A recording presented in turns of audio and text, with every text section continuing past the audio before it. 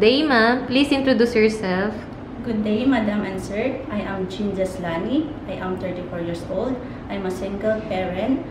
I am college graduate. I have 6 years experience here in the Philippines. First employer is 2 years and 7 months. The second is 4 years finish contract. Tell me about your responsibilities in your previous job.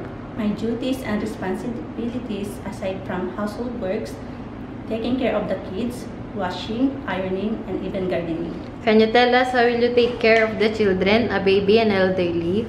I will take care of them by cooking and feeding them. Please tell some of your skills.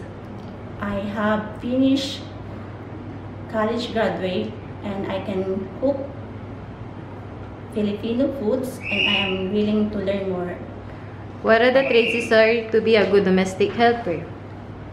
It is necessary to be a hardworking person, fast learner, multitasking, and honest. Anything else you want to tell to your future employer? Can you tell them now? Madam and Sir, I promise to finish my 2 years contract. Thank you and God bless.